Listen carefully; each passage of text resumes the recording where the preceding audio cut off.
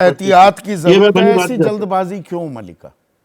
जल्दबाजी इसीलिए, आपने जैसे अभी जो सही आपने खुद ही कहा है कि फीता काटने की जो जल्दी रही है, इसके कारण जैसे आप सब भी सवाल उठा रहे हैं।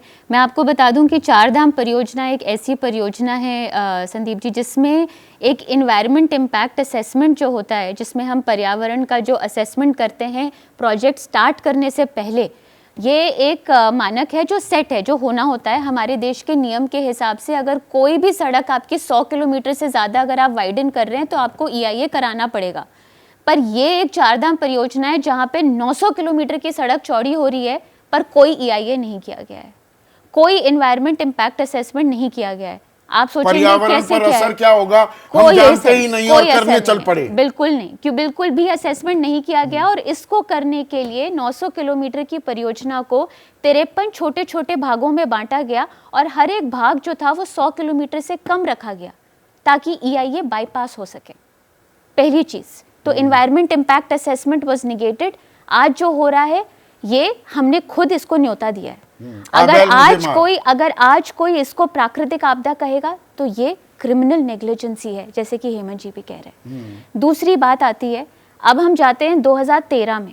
2013 की आपदा हुई, हजारों आदमी मरे, उसके बाद एक डेकेड ऑफ डिजास्टर्स है। आज हम 2023 में हैं, सिर्फ यही नहीं हो रहा है, इसी उत्तराखंड के अंदर फॉरेस्ट फायर हो रहा है, इसी उत्तराखंड के अंदर लैंड सिंकिंग हो रही है, इसी उत्तराखंड में हम चारधाम रेलवेज भी लेकर आ रहे हैं, इसी उत्तराखंड में हम टूरिज्म ओवरबर्डनिंग भी कर रहे हैं, इसी में ही हम हाइड्रो पावर प्रोजेक्ट बना रहे हैं, यहीं पर ही हम चारधाम रोड वाइडनिंग कर रहे हैं और यहीं पर ही सॉइल इरोशन मैक्सिमम है, यहीं पर ही आपकी हाइड्रोजियोलॉजिकल स्टडी नहीं हुई है। यहाँ पे एक्सपर्ट्स कह रहे हैं कि पानी का रिसाव समझो, पढ़ो, बताओ क्यों जल सूख रहा है। यहाँ पे क्लाइमेट सुनो, कुदरत की सुन लो कम से कम। क्लाइमेट चेंज के इम्पैक्ट कितने दिख रहे हैं, आए समय रहते हैं। आप फरवरी 2022 की जो ऋषिगंगा की 2021 की जो आपदा है, फरवरी के अंदर बर्फ पिघल कर वहाँ पे फ्लैश फ्लड हो रहा है और नीचे एक अर्ली वार्निंग सिस्टम, एक तपोवन विष्णु घाट परियोजना लगा नहीं पाई। 200 मजदूर वहां पर देखने में 10 मिनट में दफन हो गए और एक साल से ज्यादा लग गया उनके अवशेष निकालने में। और आज तक किसकी अकाउंटेबिलिटी सेट हुई है? यहाँ तक कि हम तो हैरान हैं कि शासन वहां पे जाके कह रहा है कि बांध परियोजना की कोई गलती नहीं है, बांध परियोजना को जैसे है तैसे वैसे ही चलने दीजिए। मतलब कोई नवयुग को लेकर भी सवाल पहले भी उठे हैं। अंकित मेरे सहयोगी ग्राउंड जीरो पर ही हैं।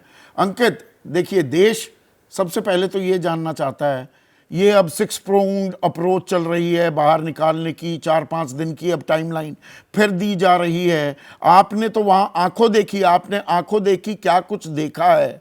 क्या कोई डेफिनेटिव प्लान दिख रही है, कोई टाइमलाइन बनती दिख रही है कि ये 41 जान महफूज बाहर निकल आ पाएंगी? संदीप जी, अगर मैं एक शब्द में कहूं डेफिनेटिव प्लान, जी नहीं। इस वक्त जो है सब कुछ एक तरह से, जिसको हम अंग्रेजी में कहते हैं ना, हिट एंड ट्रायल, कुछ उस तरह पर चल रहा है। क्योंकि अगर कोई डेफिनेटिव प्लान होता तो पिछले 9 दिनों के दौरान उस डेफिनेटिव प्लान पर आगे बढ़ा जाता और अब तक जो 41 मजदूर फंसे हुए हैं उनको निकाला जा सकता था, लेकिन ऐसा हुआ नहीं। आप एक के बाद एक मशीन लाए, वो काम नहीं की और अब एक उम्मीद बंधी है, मैं ये जरूर शब्द का इस्तेमाल करूंगा, एक उम्मीद बंधी है। ये जो ऑगर मशीन जिसका इस्तेमाल किया जा रहा है, जो पहली बार में असफल हुई थी, लेकिन अब जो है वो 2-3 रास्ते उसके अपनाए जा रहे हैं। लेकिन जो वर्टिकल ड्रिलिंग है, क्योंकि यहां पर जो पहाड़ हैं, जो अभी हमारे जो एक्सपर्ट है जिसका जिक्र कर रहे थे, यहां ये पत्थर के पहाड़ हैं, उसके बीच में ड्रिलिंग करना अपने आप में एक चुनौती भरा काम है। और पहले उसको स्टेबल करना उस मशीन को, और उसके बाद उसके अंदर स्ट्रेट वर्टिकल ड्रिलिंग करना चुनौती है। और हुआ क्या था, 2 दिन पहले भी इस तरीके से किया गया था, लेकिन तब जो अंदर की चट्टानें थी वो दरकने लगी थी, तो उसकी वजह से आनन फानन में वो काम रोका गया था। अब एक बार फिर से कुछ स्टडी किया गया है जिसके आधार पर ये वर्टिकल ड्रिलिंग की जाएगी। लेकिन अब आप उन 41 लोगों का सोचिए जिनके परिवार वाले बाहर एक आस लगाए बैठे हैं पिछले 9 दिनों से। अभी वो कब निकलेंगे उनको नहीं पता। अंदर वो एक छोटे से हिस्से में 41 लोग एक जगह पर हैं, उनको खाने को थोड़ा सा जो है ड्राई फ्रूट्स मिल जाते हैं, ऑक्सीजन सांस लेने के लिए मिल जाती है कि वो जिंदा रह सकें। लेकिन कंपनी के पास ठेका है, 1 मिनट सुनिए अंकित, हालात जिस और कंपनी खराब के हो पास सकते ये ठेका है, नवयुग जो इंजीनियरिंग ये कंपनी है, टनल में कंक्रीट ब्लॉकिंग क्यों नहीं की गई? जो ह्यूम पाइप था, इमरजेंसी आपातकाल जो एग्जिट है, निकास है, वो बनाया ही क्यों नहीं गया? इसके जवाब देने के लिए कोई नुमाइंदा है वहां पर कंपनी का, या सब नदारद है? जी नहीं संदीप, और देखिए वो वहां पर तो नहीं है, और जब अगर हम सवाल भी पूछ रहे हैं तो जवाब फिलहाल ये मिल रहा है कि पहले हमारी प्राथमिकता ये है कि इन लोगों की जान बचाई जाए, और वहां पर हम भी चुप हो जाते हैं क्योंकि हमको भी पता है कि इस वक्त प्राथमिकता यही है। इस वक्त प्राथमिकता ये है कि इन 41 लोगों को जो है जिंदा निकाला जा सके, जिम्मेदारी उनकी जान भी बचाई जा जानी सके। चाहिए ना, उसके बाद उन पर सबसे वो बाहर सवाल निकल पूछेंगे जाएंगे, और- बल्ले बल्ले हो जाएगी, बात खत्म हो जाएगी। बिल्कुल वही संदीप जो जी। मलिका अभी 200 जाने जो गई थी, उसका जो देखिए, जिक्र कर रहे थे, वो जिम्मेदारी कहां तय हुई? बिल्कुल संदीप जी, देखिए जिम्मेदारी तय करेंगे और जिम्मेदारी हम लोग बिल्कुल तय करेंगे, लेकिन जब वहां पर जवाब यह मिल जाता है कि इस वक्त प्राथमिकता यह है कि इन लोगों की जो जान बचाई जाए, तो हम लोग भी वहां पर खामोश हो जाते हैं। क्यों? क्योंकि हमको भी पता है वहां पर वो रोते बिलखते हुए परिवार नजर आ रहे हैं। अंदर से एक हल्की सी आवाज जब आती है तो वो एक उम्मीद लेकर के आती है कि नहीं, इस वक्त उनको ये ढांढस बंधाना है कि नहीं, आपको नहीं, बचा लिया मैं जाएगा। आपकी बात तो पूरी इस तरह वजह से आपकी वहां बात से पर हमारे इत्तेफाक जहन में रखता सवाल हूं आते हैं। कि अभी 41 इन लोगों की जान बचाना बड़ी प्राथमिकता है, सबसे बड़ी प्राथमिकता है। हमारी दुआएं इन लोगों के साथ हैं, पर प्रशासन और जो हमारी व्यवस्था है वो किस तरह के इंतजाम करती है, और जवाबदेही जिम्मेदारी से तो आप भाग नहीं पाएंगे।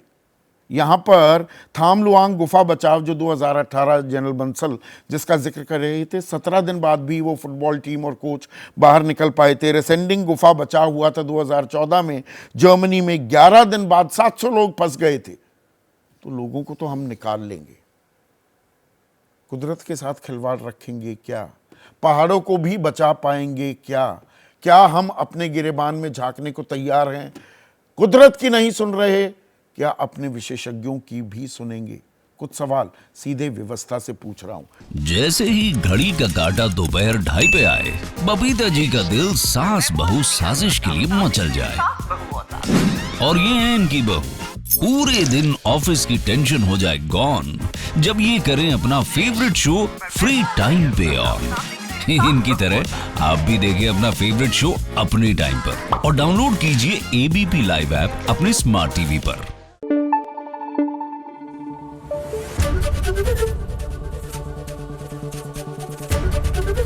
एबीपी न्यूज आपको रखे आगे।